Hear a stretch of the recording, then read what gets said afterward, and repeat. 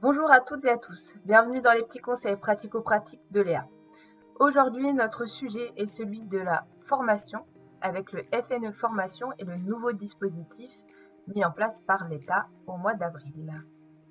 Ce dispositif FNE Formation a été mis en place le 14 avril par Muriel Pénicaud et a pour but de financer des formations pour ne pas licencier et également de préparer la reprise des activités professionnelles des entreprises.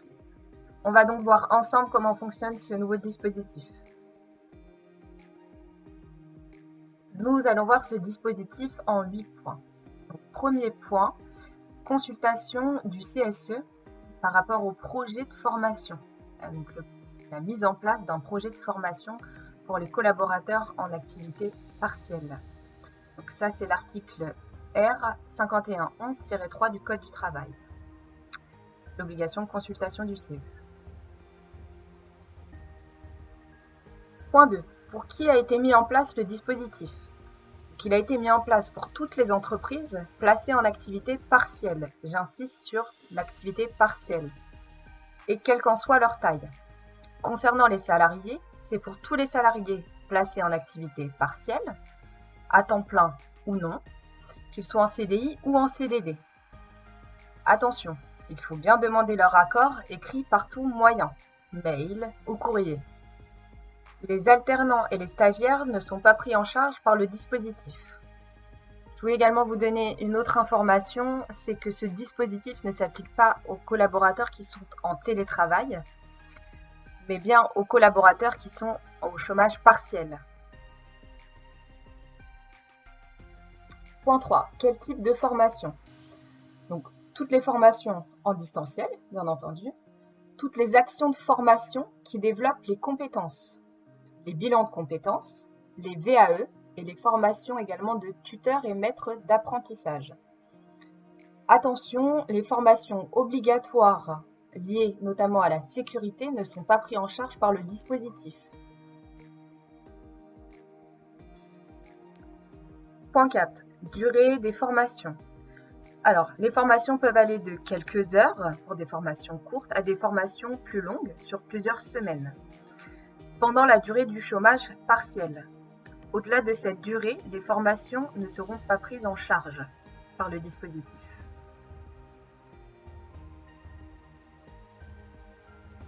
Point 5, la procédure à suivre.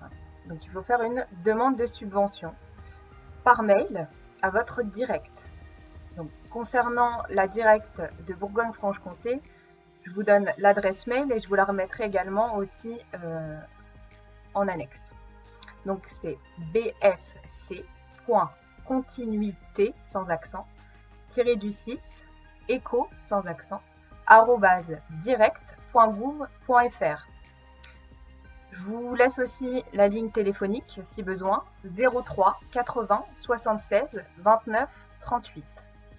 Il faut pour cela envoyer donc la demande de subvention que vous trouverez en annexe dans les documents annexes. Joindre le programme de la formation et un ou plusieurs devis et joindre également le RIB de l'entreprise. Point 6. Plafond de la subvention. Concernant le plafond, il n'y en a pas.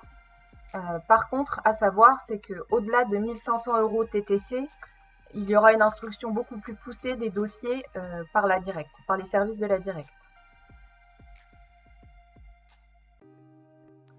Point 7. Le remboursement des frais pédagogiques par la directe. Donc, comment ça se passe? Donc, c'est 50% dès l'acceptation de votre dossier et 50% à la fin de la formation.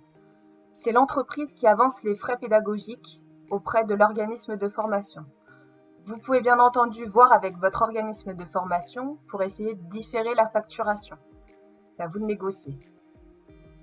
Pensez par contre que pour l'instant, il n'y a pas de délai connu au niveau du traitement des dossiers et que vous êtes mieux à regrouper toutes vos demandes de remboursement ensemble lorsque vous envoyez votre mail à la directe. Et au niveau des organismes de formation, ils doivent être répertoriés Datadoc.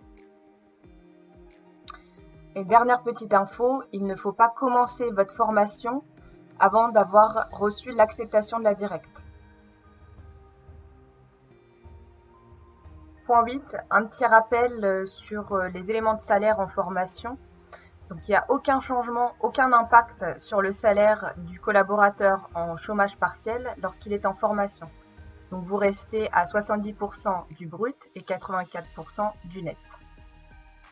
Par contre, dans son bulletin de salaire, vous pouvez indiquer, donc si vous avez un calendrier au niveau de votre bulletin, c'est d'indiquer les jours ou les périodes où il était en formation, ou sinon vous avez une case en règle générale commentaire, où là vous pouvez indiquer que de telle date à telle date, il était en formation. Pourquoi inscrire un commentaire dans le bulletin de salaire ou dans le planning? C'est surtout en cas de contrôle de la directe, s'il vous demande des justificatifs. Et puis également pour les entretiens tous les 6 ans, les entretiens de formation, donc pouvoir justifier que telle ou telle personne a été en formation. Vous retrouverez en annexe le modèle de convention de formation FNE et la demande de subvention également au titre du FNE. Bonne fin de journée à tous, à bientôt pour la prochaine vidéo de la semaine prochaine.